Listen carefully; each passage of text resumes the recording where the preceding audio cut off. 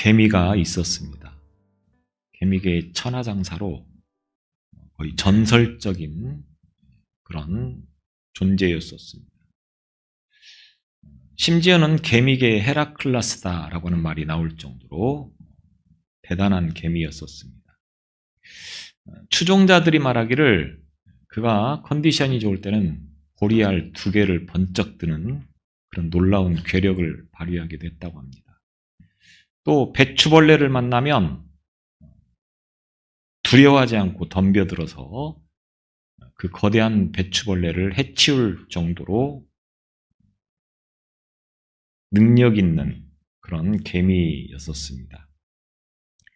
많은 개미들이 자신들을 추종하는 그러한 상황 앞에서 과분한 찬사로 자신감에 가득 찬 개미는 개미 세계뿐만 아니라 다른 존재들에게도 나가서 자신의 힘을 보여주고자 했습니다.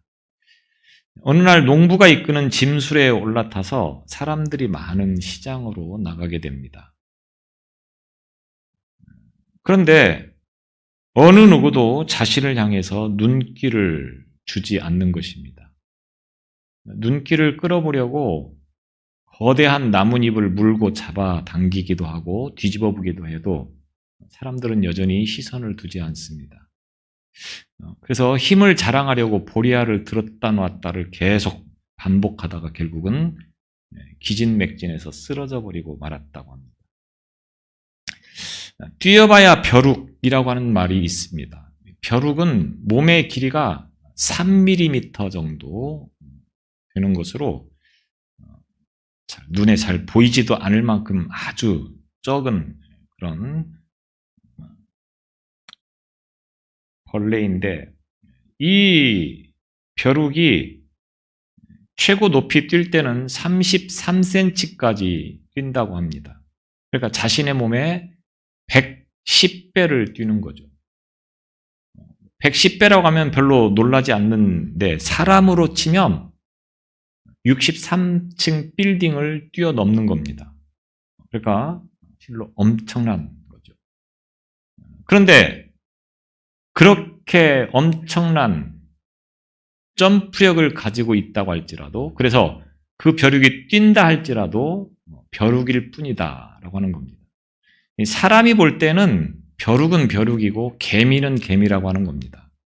아무리 그들 세계에서 대단한 능력을 가지고 있다고 하여도 사람들이 볼 때는 별 볼 일 없는 거죠. 아무도 그들에 대해서 관심을 갖지 않습니다.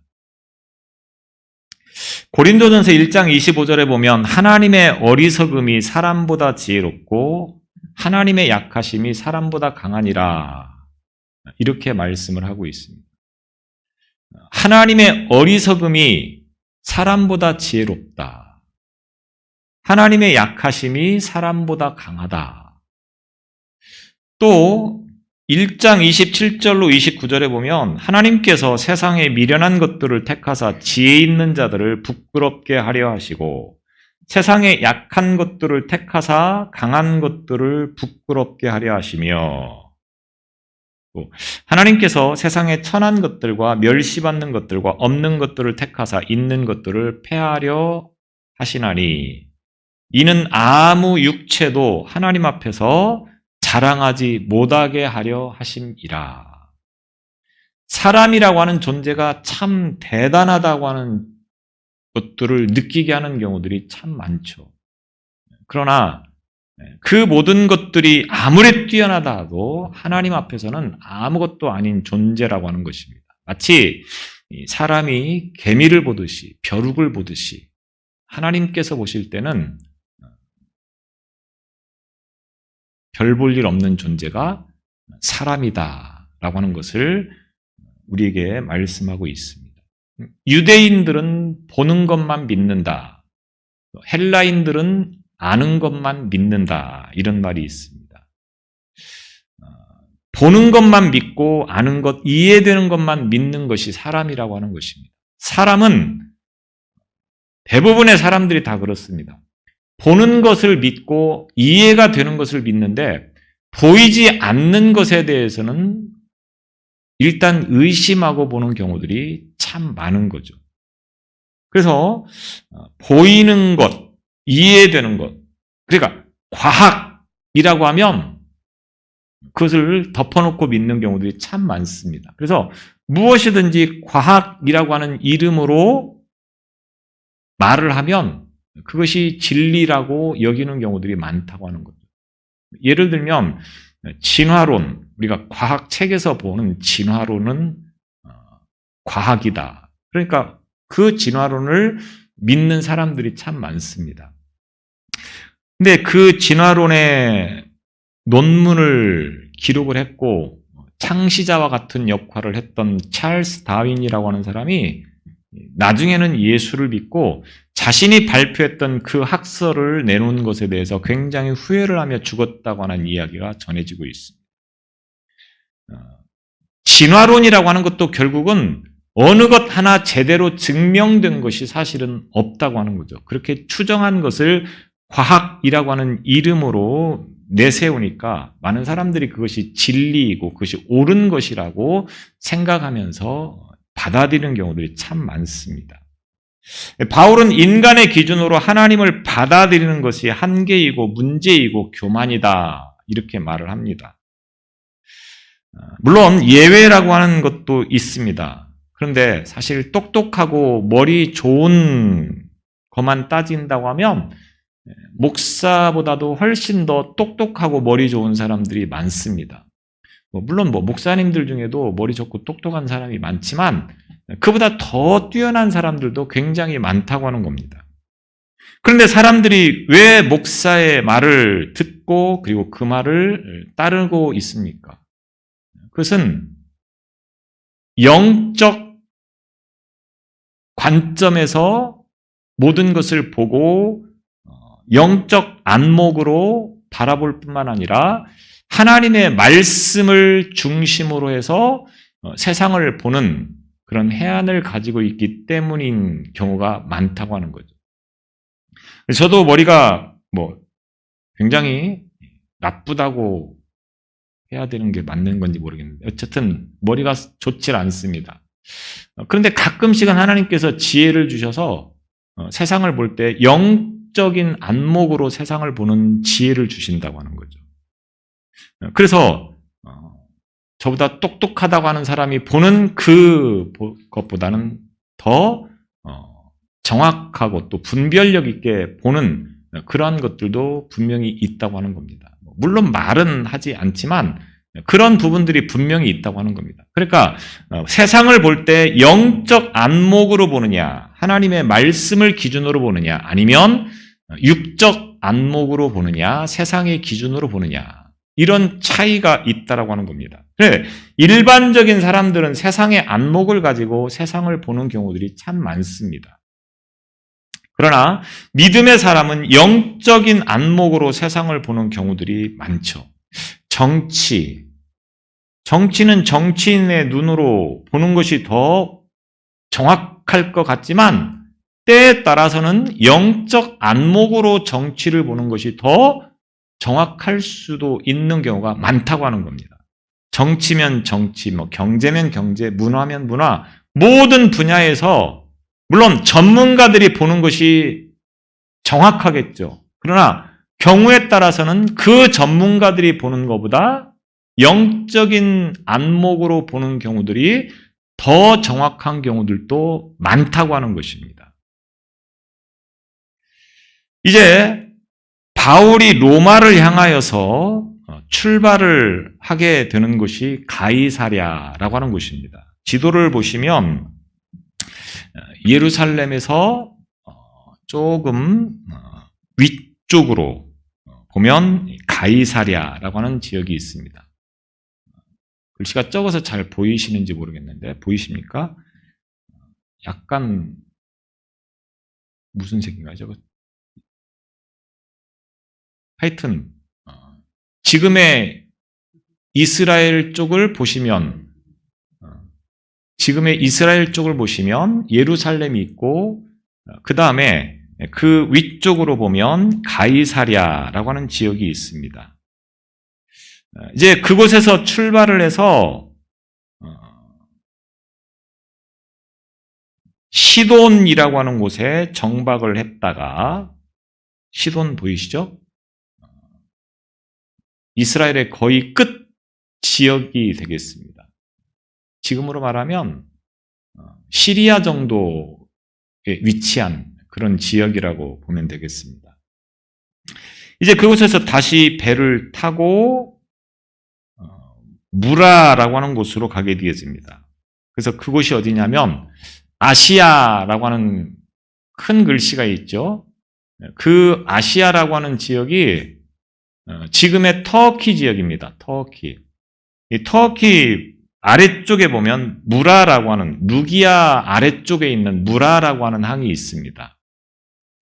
그 무라에서 알렉산드리아라고 하는 배로 환승을 해서 출발을 해서 니도라고 하는 곳으로 가게 되어집니다.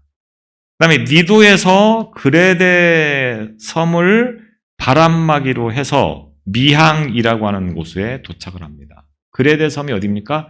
저기 아래쪽, 맨 한가운데 아래쪽 있죠.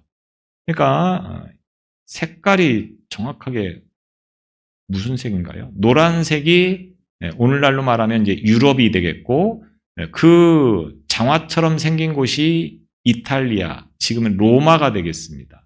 그리고 그 주황색인가요?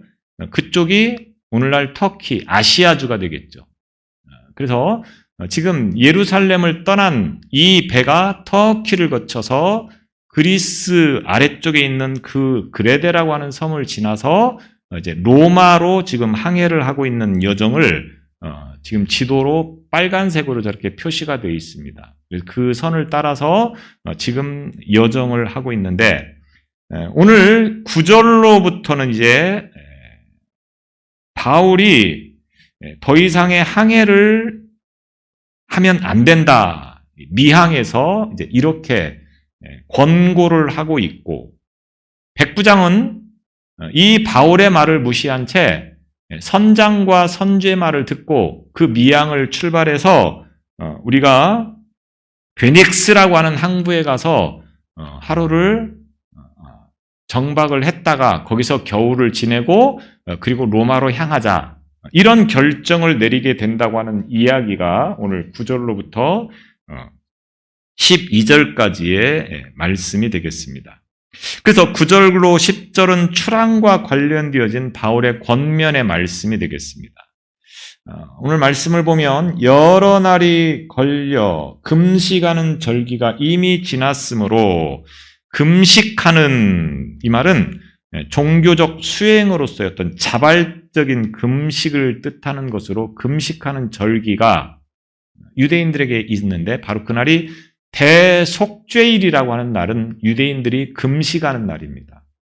대속죄일이라고 하면은 유대인 달력으로는 7월 10일, 레위기 23장 27절에 보면 이제 그 대속죄일에 관한 말씀을 주시고 있는데, 구약 시대에는 이 모든 유대인들이 금식하는 이 대속죄일은 금식을 하도록 그렇게 다 지키게 되어집니다. 그래서 그동안에 회개하지 못하였던 것들, 죄와 허물들을 이 대속죄일을 통하여서 이제 죄를 사함받는 기도를 하는 그런 하루를 보내게 되어진다고 하는 거죠. 그래서 유대 달력으로는 7월 10일인데 오늘날 우리들이 쓰는 달력으로 보면 대략 9월 20일경이 되는 날이 되겠습니다. 현재 우리가 쓰는 달력으로는 9월 20일경. 이 로마로 가는 이 여정에서 누가가 이와 같은 일들을 구체적으로 밝히고 있는 이유는 여러 가지가 있겠지만, 이제 아마도 바울이 미항에서 출발하지 않고 여기에서 겨울을 지내고 그 다음에 로마로 가는 것이 좋겠다라고 말을 하는 이유와 근거를 어느 정도 제시해 주기 위해서 금식하는 이 대속죄를 언급하고 있는 것으로 볼 수가 있겠습니다. 그래서 유대인들은 금식을 이제 자주 하는 그런 경우들이 있죠. 그런데 사실은 성경에서는 단 하루 이 대속죄일만 금식을 하도록 하나님께서 말씀을 하셨는데, 그런데 유대인들은 이제 이것을 일주일에 2번도 금식하는 그런 날로 정하기도 하고 그런 식으로 이제 정하는 것을 보게 되었습니다. 물론 금식을 한다고 해서 그것이 나쁜 것이라고 볼 수는 없죠. 금식을 할 필요성이 있을 때는 금식을 하는 것도 좋습니다. 왜냐하면 예수님께서도 금식하실 때는 금식을 하시면서 기도를 했기 때문에 금식 자체를 나쁜 것이다라고 말을 하지는 않습니다. 중요한 것은 강제성을 띠면서 굳이 금식을 시킬 필요는 없다고 하는 것을 말씀드리는 거죠. 일단 하나님께서 금식하는 이 절기를 지키라고 하는 것을 지키고 이제 대속죄일이 지난 다음에 다시 출발을 해서 겨울을 지내고자 하는 곳으로 가려고 하는 그러한 의도를 보여주고 있습니다. 중요한 것은 어떤 율법을 지키는 문제, 금식하는 그런 것들을 비롯해서 유대인들은 굉장히 율법 지키는 것을 세분화해서 그것을 종교적 신념으로 삼고 지내는 경우들이 참 많습니다. 이 율법을 지키는 것에 대해서 사람들이 굉장히 부정적으로 생각을 하는 경우들이 많습니다. 바리새인이나 사두개인들이 율법을 지키는 문제로 인하여서 예수님께 책망을 받게 되죠. 그러니까 그거를 이유로 내세워서 율법을 지키는 것은 좋지 못한 것이 아니냐 이렇게 생각을 한다고 하는 겁니다. 제가 언젠가도 말씀을 드렸듯이 율법을 지키는 것 자체를 우리가 나쁘다고 말하는 것은 아닙니다. 아니, 율법은 지켜야 되는 거죠. 왜냐하면 예수님께서 오셔서 율법을 폐하러 오신 것이 아니고 율법을 완성하러 오셨다라고 말씀을 하고 있습니다. 마태복음 5장에서부터 우리가 산상수훈이라고 그렇게 이야기를 합니다. 산상에서 제자들을 가르쳐준 말씀이 바로 이 마태복음 5장에서부터 시작되어지는데 이 마태복음 5장에 보면 예수께서 오신 것은 율법을 폐하려고 오는 것이 아니고 율법을 완성하러 오셨다. 그러면서 너희의 의가 이 서기관이나 바리새인보다 못하면 천국에 못 간다. 이렇게까지 말씀을 하고 있다고 하는 겁니다. 이 말은 무슨 말입니까? 율법을 서기관이나 바리새인보다 더 엄격하게 지켜야 된다고 하는 것을 의미한다고 하는 것입니다. 근데 많은 그리스도인들은 굉장히 오해를 합니다. 율법은 지키지 않아도 된다. 아닙니다. 율법은 더 완벽하게 지켜야 됩니다. 오히려 더 엄격하게 강화된 것이 신약시대 율법이죠. 왜냐하면 구약에서는 사람을 죽인 사람만 살인자로 규정해서 그 사람을 죽이든 보상을 하든 이런 법을 만들었습니다. 그런데 예수님께서는 뭐라고 말씀합니까? 마음속으로 미워하는 것만으로도 그는 살인자다. 이렇게 말씀을 하고 있습니다. 그러니까 구약 시대는 사람만 안 죽이면 살인자가 아닌데 예수님 시대는 뭡니까? 마음속으로 미워하는 것조차도 갖지 말아야 된다. 이렇게 말씀하고 있다고 하는 거죠. 결국 율법은 더 예수님께서 강화시킨 것이다라고 말씀을 드려도 과언이 아니라고 하는 것입니다. 어쨌든 율법이라고 하는 것은 우리가 무시할 거나 지키지 않아도 되는 것이 아니고 철저하게 지켜야 된다고 하는 것을 말합니다. 그러면 왜 예수님은 율법주의를 그렇게 나무랬느냐? 말로만 율법을 내세우기 때문에 그렇습니다. 그 율법의 근본 정신은 싹 빼놓고 자기들에게 유리하고 자기들에게 좋은 것만을 모아서 그것을 지켜야 된다고 자꾸 강조를 하고 있기 때문에 그리고 그 모든 율법은 반드시 무엇이 기본이 되어야 됩니까? 사랑이라고 하는 것이 근본이 되어야 되는데 이 사랑이 없는 율법을 지키는 것만을 내세우는 것을 문제를 삼는 것이지 율법 지키는 것 자체를 문제 삼은 것은 아니라고 하는 것입니다. 여튼 이제 이 금식에 관한 이 같은 것들을 우리가 잘 기억을 할 필요가 있겠습니다. 이후로 대속죄일이 지나고 이제 항해를 다시 시작하려고 하는데 이때 이 누가가 앞서 말씀을 드렸듯이 이 금식일을 하는 것을 내세운 강조해서 말하고 있는 이유는 어디에 있습니까? 이 금식하는 이 대속죄일이 지금 달력으로 9월 중순부터 해당되어지는데 9월 20일부터인데 이 지중해는 9월 20일, 9월 중순부터 3월까지는 굉장히 돌풍이 자주 부는 그런 때라고 합니다.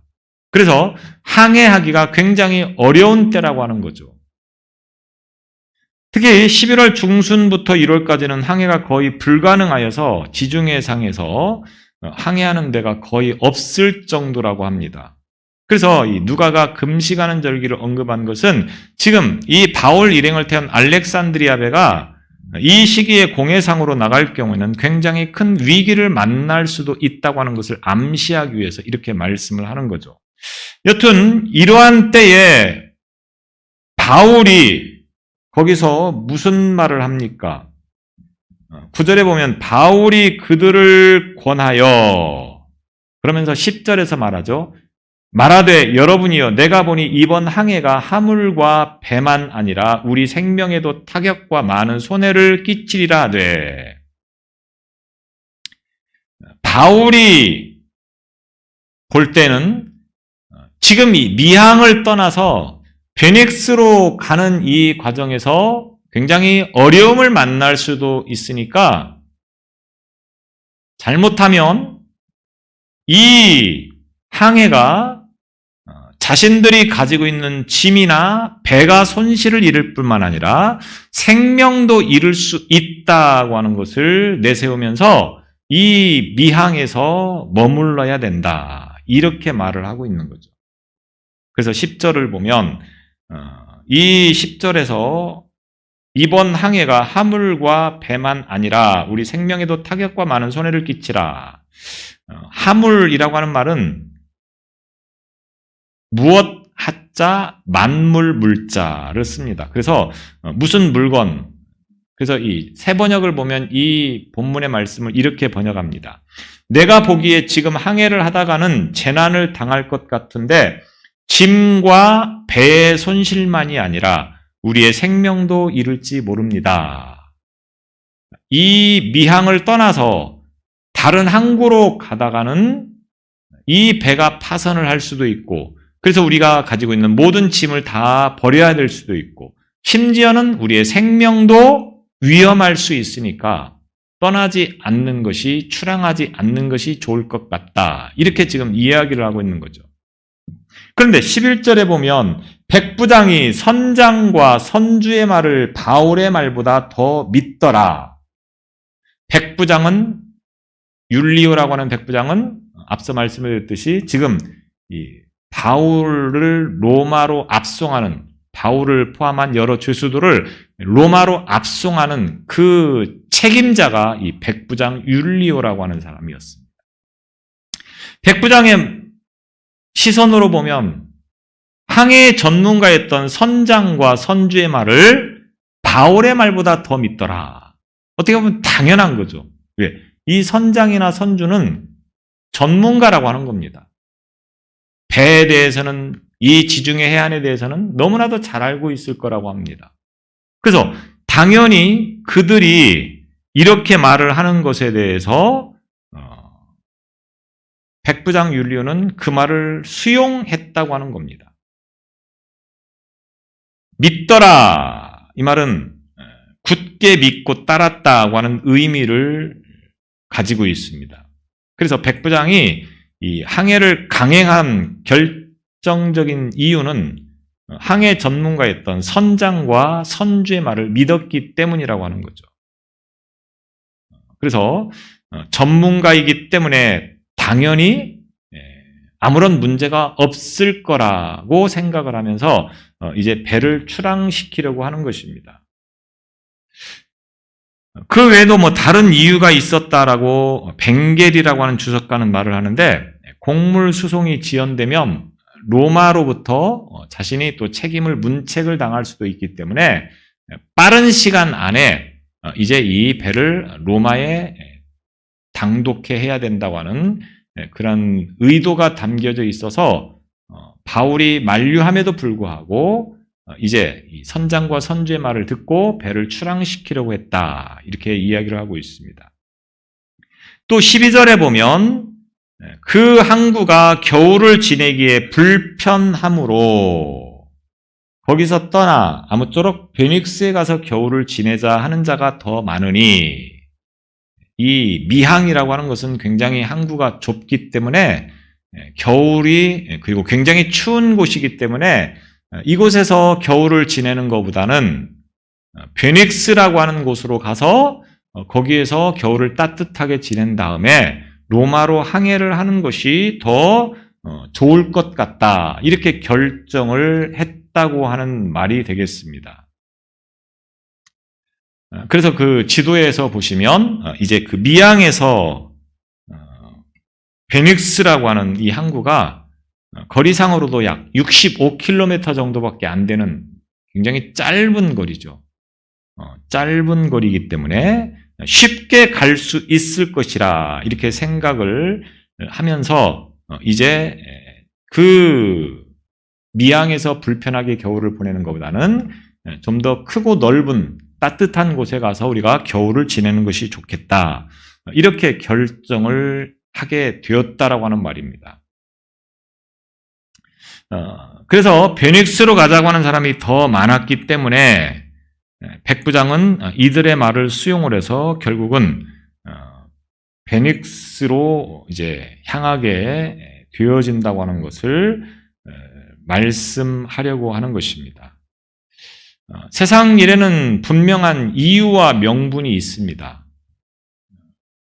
우리들도 세상을 살다 보면 영적인 것과 세상적인 일이 이제 충돌을 일으킬 때에 대부분 세상적인 일을 선택할 때는 이유가 뭡니까?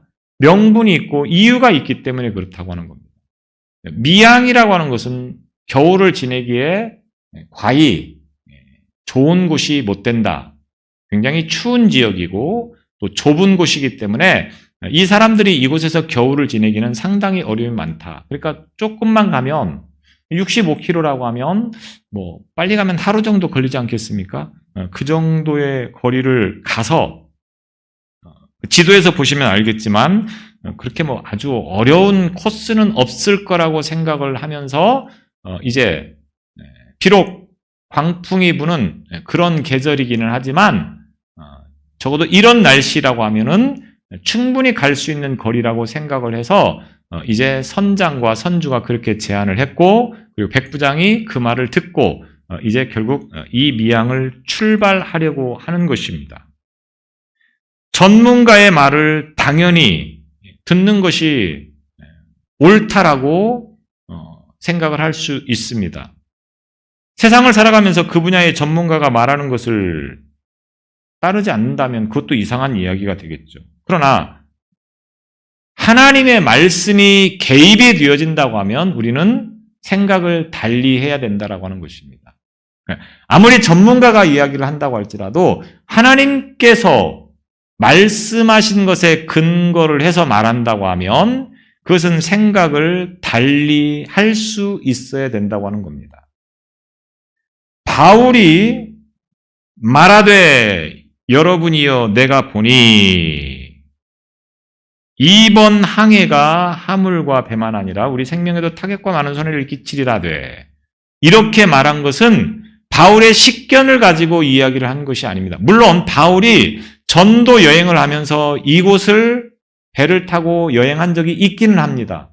그러나 바울이 그 경험을 가지고 이야기를 했다고 하기보다는 앞서 구절을 통해서 그들을 권하여 이렇게 말할 때 이 권하여라고 하는 말씀 속에는 하나님께서 바울에게 깨달음을 주셔서 그 내용을 가지고 말을 했다고 하는 의미가 포함이 되어져 있다라고 하는 것입니다.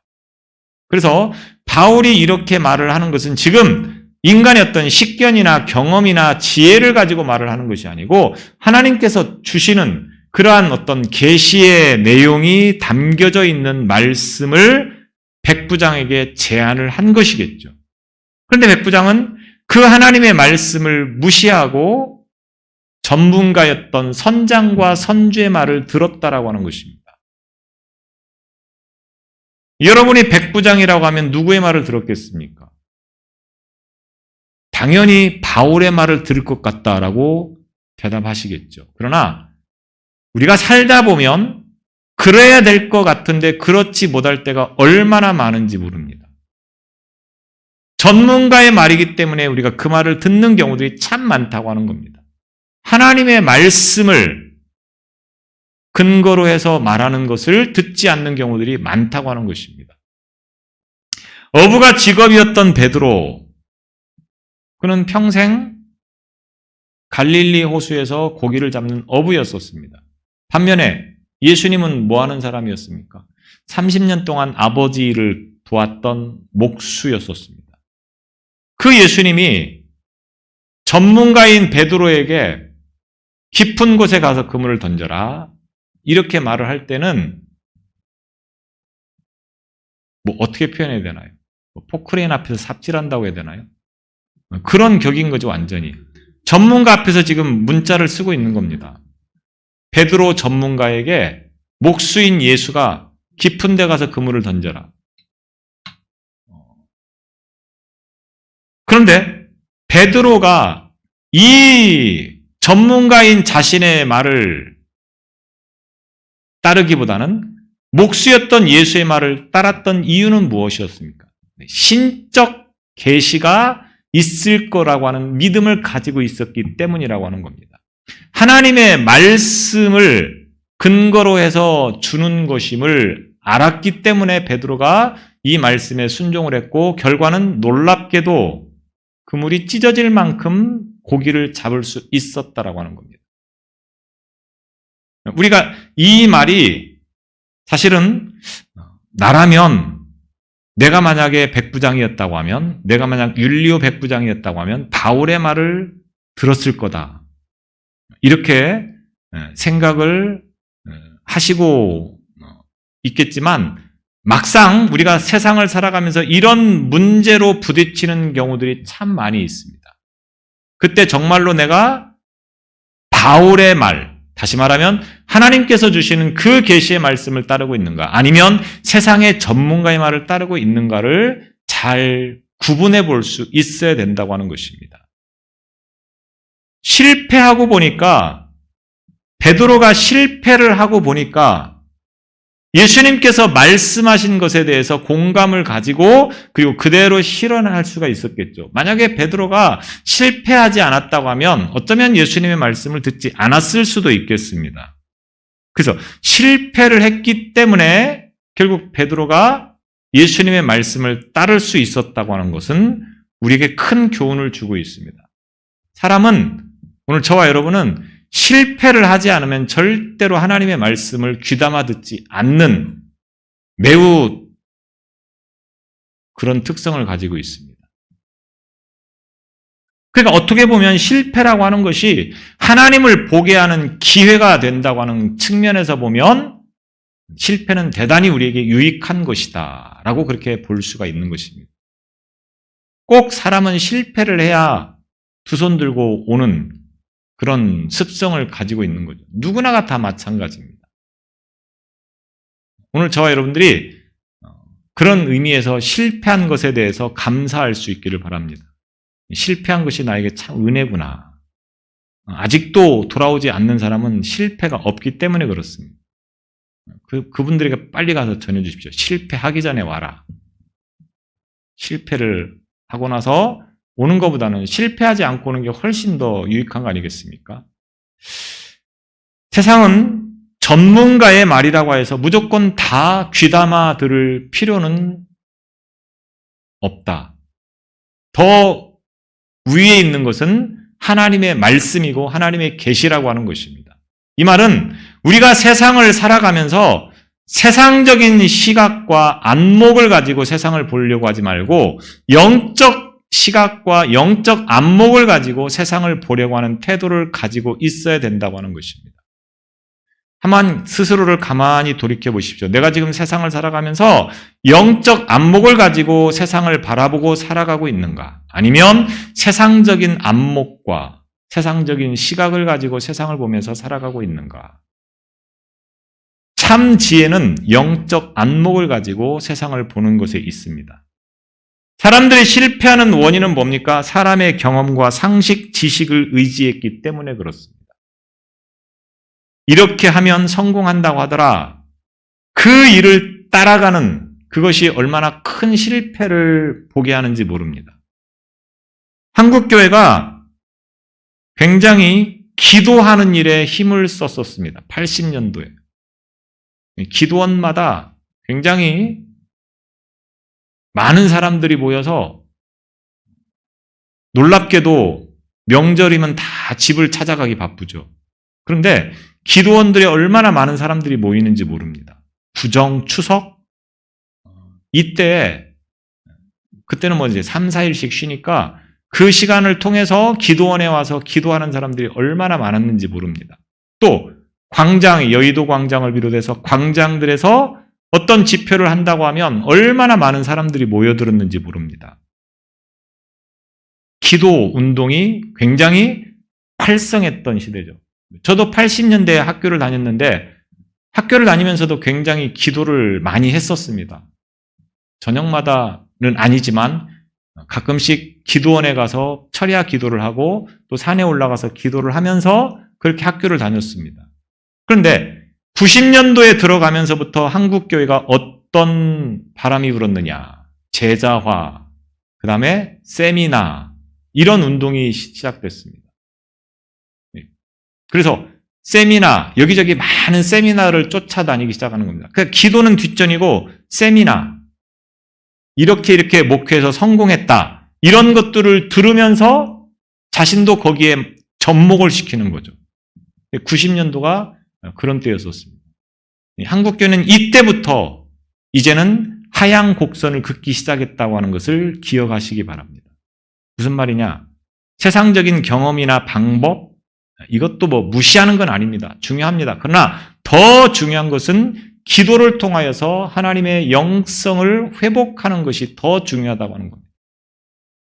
제가 기도원에 가서 좀 은혜를 받으려고 아주 작심을 하고 갔는데 사람도 별로 많지 않고 기도도 하려고 시동을 걸면 조용히 기도하는 건 교회에서도 하잖아요. 가서 큰 소리로 기도를 하고 싶어서 갔는데 기도 조금 하면은 갑자기 음악이 딱 소리가 끊어지면서 그 조용한 음악 있죠. 그 음악이 나오고 그러니까 사람들이 소리를 못 내죠. 왜? 사람도 별로 없고 띄엄띄엄 앉았는데 자기 소리가 다 들리기 때문에 큰 소리 내서 기도하기가 쉽지 않습니다. 다 침묵하면서 기도를 하니까 이 기도가 전혀 안 되더라고요. 지금 이게 한국 교회의 현실입니다. 오늘 오살리 기도원 원장이 와서 이제 말씀을 전하는데 그래도 오살리는 지금도 뭐 한 달에 뭐 3만 명 정도 이렇게 온다고 해요. 그래서 지금도 그 성전이 꽉 찰 만큼 많이 온다고 하는데 강남 금식기도 같은 경우는 예전에는 굉장히 사람 많아서 거기도 앉기가 힘들 정도였는데 지금은 텅텅 비어 있습니다. 어떤 유명한 강사나 와야 조금 모이고 그 외에는 사람이 굉장히 적다고 하는 거죠. 그만큼 기도할 내용이 없어진 겁니다. 기도의 절박성을 느끼지 못하는 겁니다. 오늘 우리는 어떻습니까? 기도해야만 살아나는 것입니다. 기도를 통하여서 영성이 회복되어야만이 우리가 살아날 수 있다고 하는 것입니다. 기도를 통해서 영적 안목을 가지고 세상을 보면서 살아가는 그러한 삶만이 참된 승리의 삶이라고 하는 것을 저와 여러분이 기억하시면서 무조건 세상 논리를 가지고 세상을 살기보다는 영적 시선으로 세상을 보며 하나님의 뜻대로 살아가는 믿음이 되시기를 바랍니다. 기도하겠습니다. 우리에게 하나님께서 지혜를 주시되 영적 안목을 허락하셔서 세상을 영적인 시선으로 볼 수 있도록 은혜를 베풀어 주옵소서. 때로는 전문가의 말도 옳은 말이겠지만 그러나 하나님께서 주시는 말씀만이 참된 진리이고 그 말씀처럼 살아가는 것이 승리의 비결이라고 하는 것을 늘 잊지 않게 하여 주옵소서. 그래서 우리로 하여금 이 세상의 진리를 따르기보다는 하나님께서 주시는 그 약속의 말씀을 붙잡고 살아가는 삶이 되게 하여 주옵소서. 예수님 이름으로 기도드리옵나이다. 아멘.